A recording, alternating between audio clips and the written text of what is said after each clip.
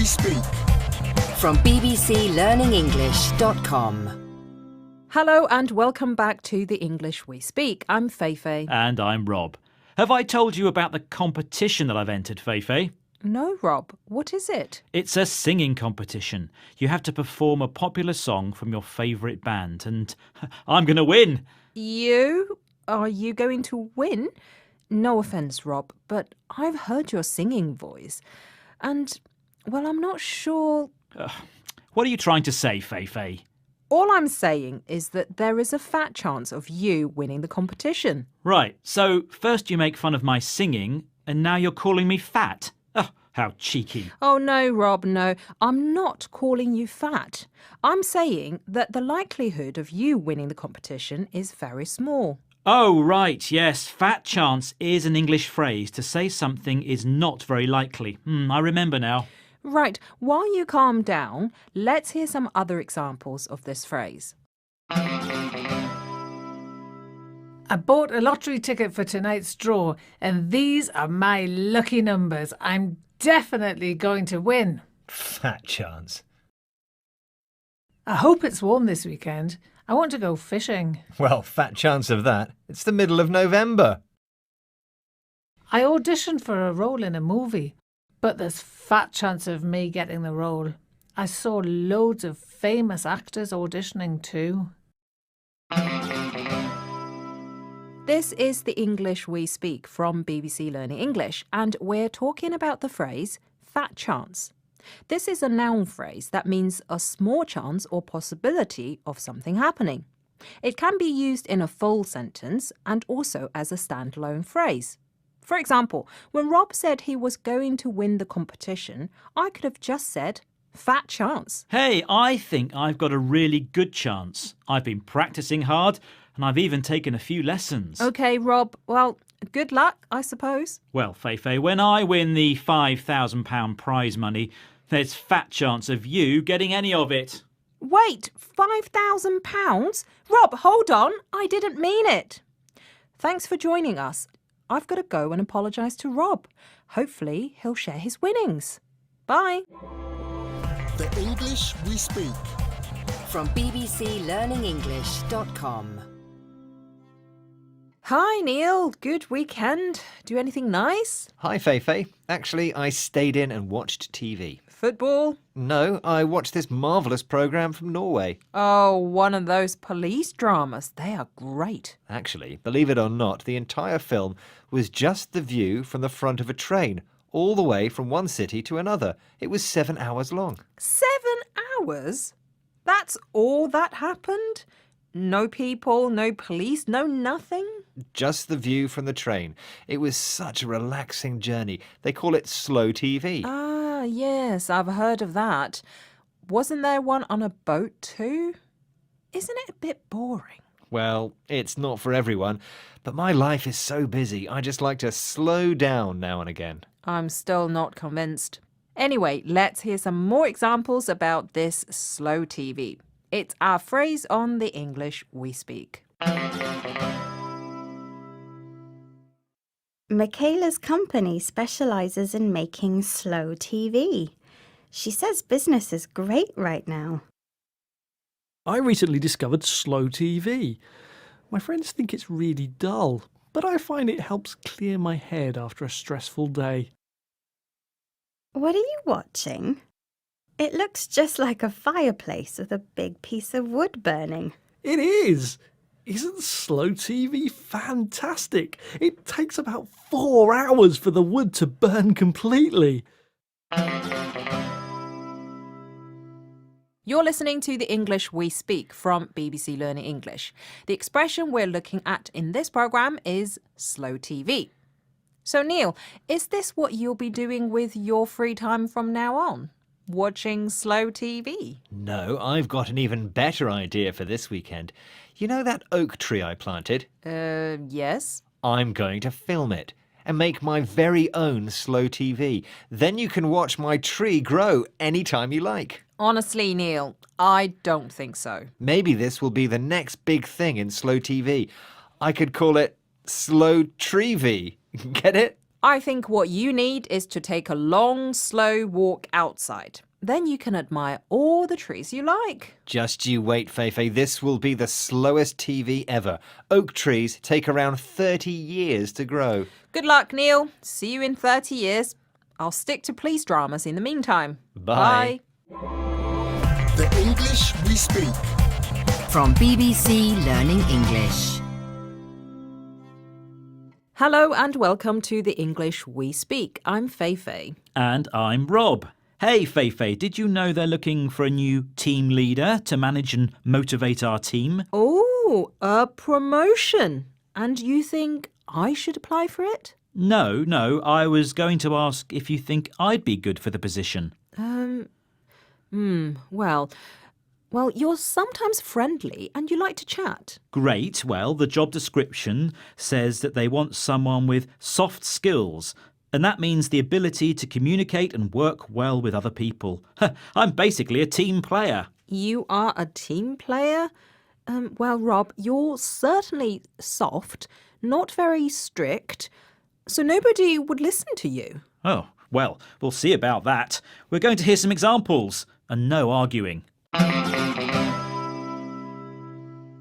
We've got to build a team that works well together.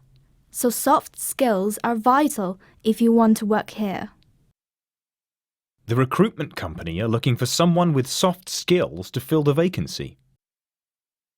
A positive attitude, self-confidence, and being a good communicator are the soft skills we're looking for in this job. Does that describe you?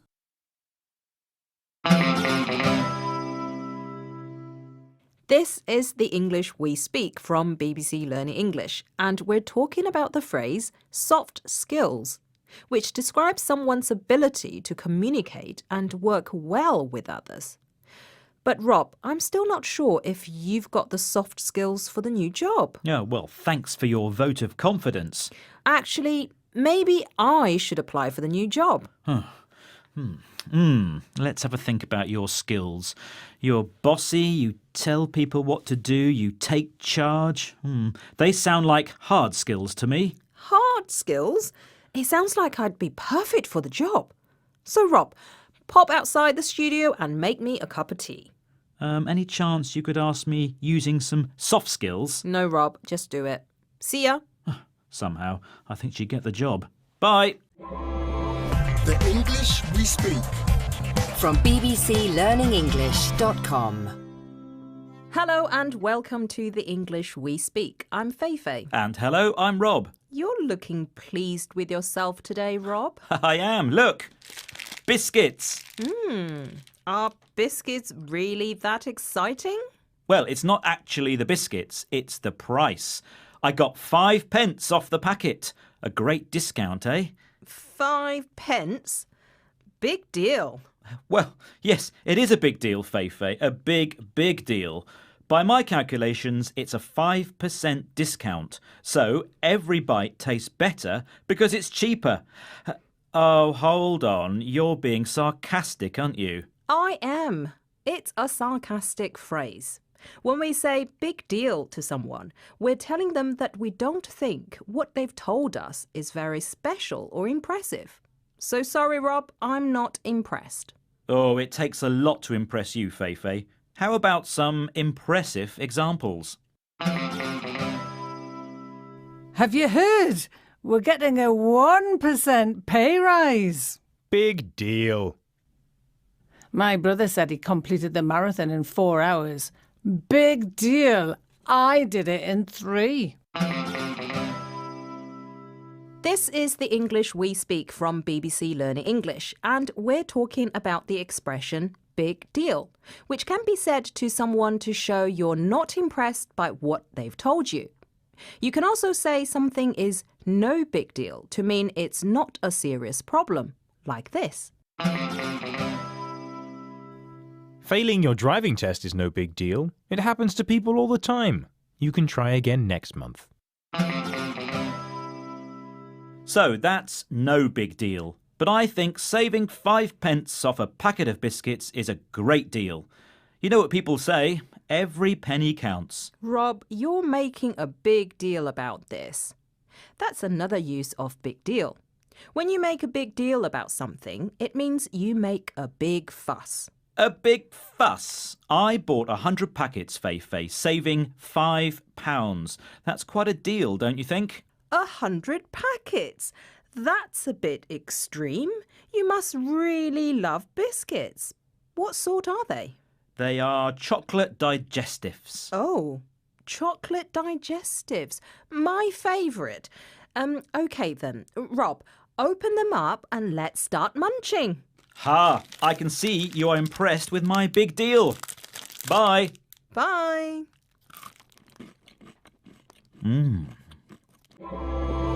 The English we speak. From BBC Learning English.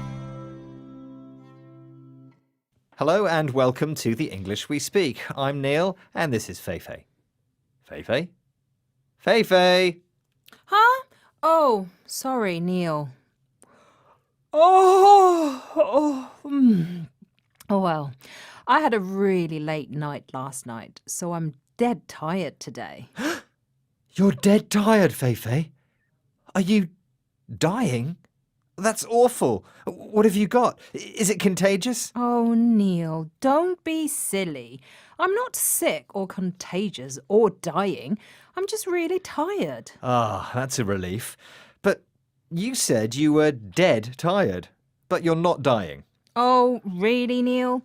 I think you're more tired than I am. I said dead tired because I'm really tired. So we can use dead to mean really or very. That's right. If you want to emphasize an adjective, you can use dead to make it stronger. Well, that's dead confusing. Perhaps we should take a look at some examples. Is it lunchtime yet? I'm dead hungry. The man sat next to me on the train this morning kept falling asleep on my shoulder. It was dead annoying. I was dead happy when I passed my driving test. This is the English we speak from BBC Learning English, and we're talking about a different use of the word dead. Normally it means the opposite of the adjective alive, but native English speakers, particularly people in the north of England, often use it before an adjective to emphasize what they are saying. Could you tell us a time when you were dead happy, Neil? Oh, well, when I woke up this morning and found I had another hour until my alarm went off, I was dead thrilled. Not quite, Neil. You were dead happy, but not dead thrilled. You can't use dead with extreme adjectives. Oh, OK, so you can say dead cold but not dead freezing, or dead good but not dead fantastic. That was a dead good explanation, Neil. I see you have woken up a bit now, but I'm still dead tired. Well, how about you make us both a coffee while I finish the programme? It's your turn to make the coffees. No, Neil. I always make the coffee. I'll go make a coffee for me, not you, while you finish the programme. Uh-oh. I'd best go and make the coffees. She's dead sensitive when she hasn't had enough sleep. Well, bye everyone. See you next time. The English we speak. From the BBC. Welcome to the English we speak. Hello, I'm Fei. But where is Rob? Oh, hi, Fei. So, you're nice and early. Can't wait to get started, hey? I'm not early. You are late. Late? No. We said we'd start at 10:30, didn't we? No, 10 o'clock, Rob. Look at this text message. Can we start earlier at 10, please? And you replied, sure. Oh, my bad. Your back? Don't start complaining about your back just to avoid apologising. No, not my back. My bad. I am apologising. That's what my bad means. It's an American English phrase that we use sometimes to mean we accept responsibility for a mistake. Well, that's good to know. So you're really saying sorry? Well, not exactly. Let's hear some more examples of using my bad. My bad. It was me who put my pink socks in with the whitewashing. Oops. My friend knocked a glass of red wine over me And all he could say was, my bad. I don't think he was that bothered. It was me who lost the car keys. My bad. I'm sure they'll turn up somewhere.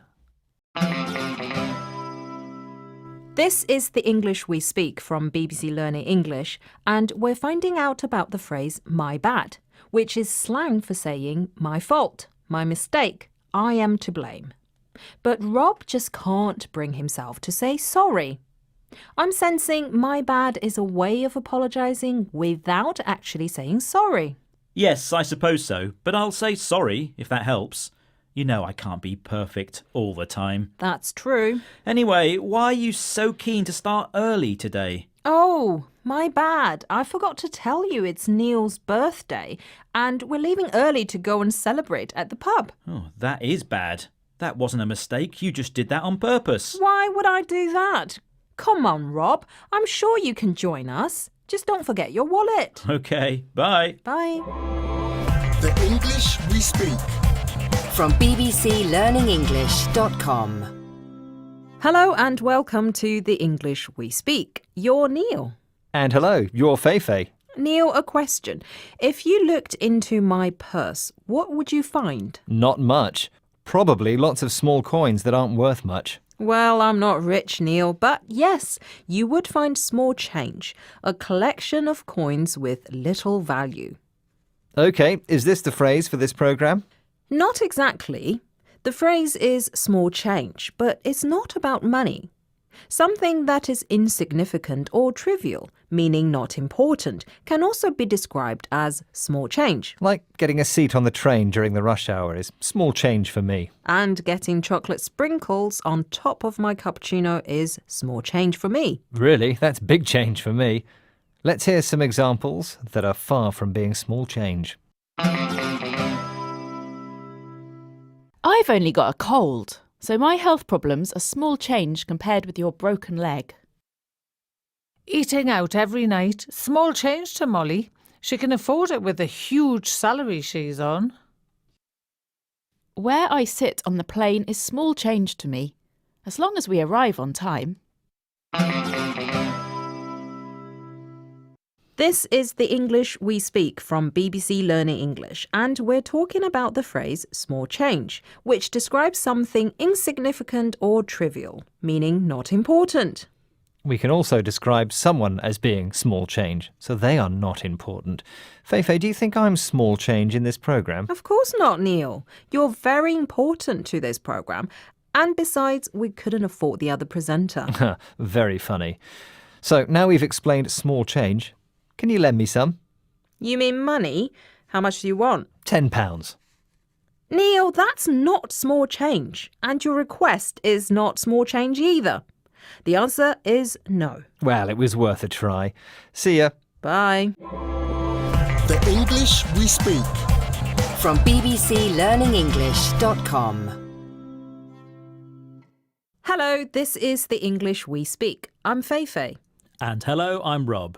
Hey, Rob, you know we've got a bright spark in our office. A bright spark. Oh, yes. By that you mean someone intelligent? Well, Someone full of energy? I didn't exactly... Someone with clever ideas? Feifei, there's no need to waste everyone's time. Just say my name. Rob is the bright spark in the office. Rob, that is just one definition of a bright spark.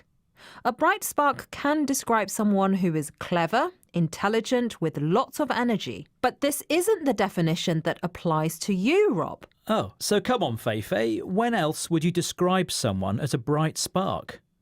Well, it can be used sarcastically and humorously to describe someone who thinks they are intelligent, but actually does something stupid. A bit like this. Which bright spark suggested we go for a walk on the wettest day of the year? Come on, own up. Who's the bright spark who turned the power off and caused everything in the freezer to melt? Are you the bright spark who told the other team our game plan? I think you owe us an apology. This is the English we speak from BBC Learning English. and we've discovered that a bright spark can either be a very smart person or someone who has done something stupid. So I'm sorry to say, Rob, you're the second kind of bright spark. Oh, really? Why's that? You left the window open last night, and this morning I found all my documents and scripts blown all over the floor. Are you sure? A bright spark like me would never do something like that. Rob, it's exactly what a bright spark like you might do. And it means I've lost the last page of this script. Oh, really? Oh, I think I can remember what it said.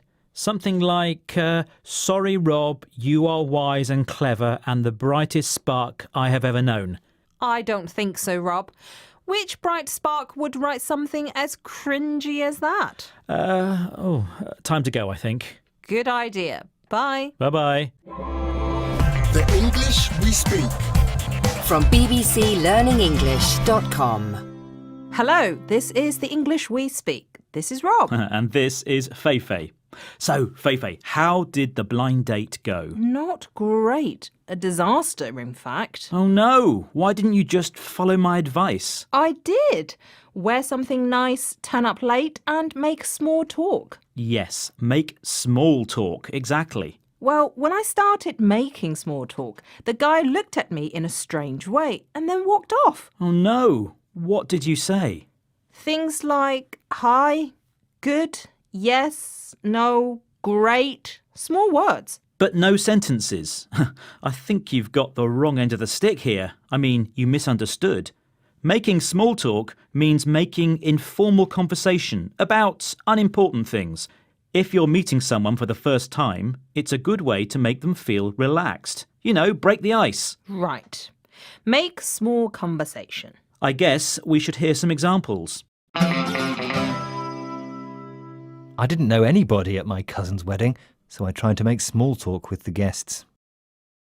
I'm shy and not very good at small talk. That's why I hate going to parties. At the office party, we all had to stand around making small talk, but all I really wanted to do was go home. This is the English we speak from BBC Learning English, and we're learning about the expression small talk. That's informal conversation which is meant to make people feel more relaxed and stops any embarrassing silence. Actually, Rob, I do know about small talk. It's just that... So why didn't you say? Well, I was going to tell you that... You'll never get a boyfriend if you don't speak up, Feifei. You really need to talk more. Rob? Yes?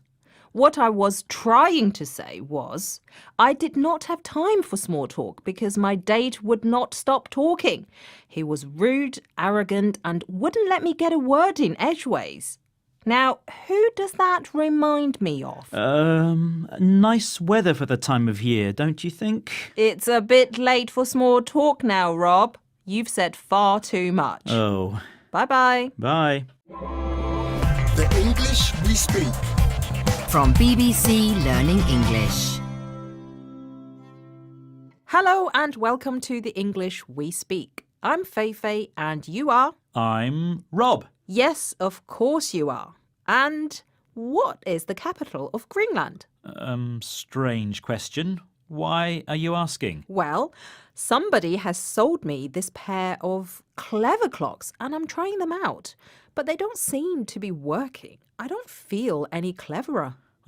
Well, they're nice shoes, Feifei, but I'm afraid wearing them won't improve your intelligence. In fact, buying them has made you look stupid, not clever. Oh, thanks. Clogs are interesting, though. They're made of wood and were first made in Holland. They were used for farming, but are also used for dancing. Yes, and, Rob, I know you're trying to show how clever you are, but it's actually quite annoying. Well, I'm just demonstrating what a clever clogs is. It's someone who's annoying because they think they know more than everyone else. That sounds like you. Let's hear some clever examples. If you're such a clever clogs, why don't you work out our accounts? My brother's such a clever clogs. He always comes first in the pub quiz. We got lost in the city because Neil being such a clever clogs, insisted he knew the right way to go. He didn't. This is the English we speak from BBC Learning English, and we're talking about the expression clever clogs, which is used to describe someone who is annoying because they think they know more than everyone else, or they always think they're right. Yes. And of course, I'm right in saying you were stupid to buy a pair of clever clogs to make you more intelligent. You can't buy intelligence. Actually, they're very comfortable and ideal for wearing around the office. But come on, Mr. Clever Clogs, if you're so smart, what is the capital of Greenland? Well, it's Anchorage, of course. Wrong. The capital of Greenland is Nuuk. Who's clever now? Smart Alec. Smart Feifei, actually. Bye. Goodbye.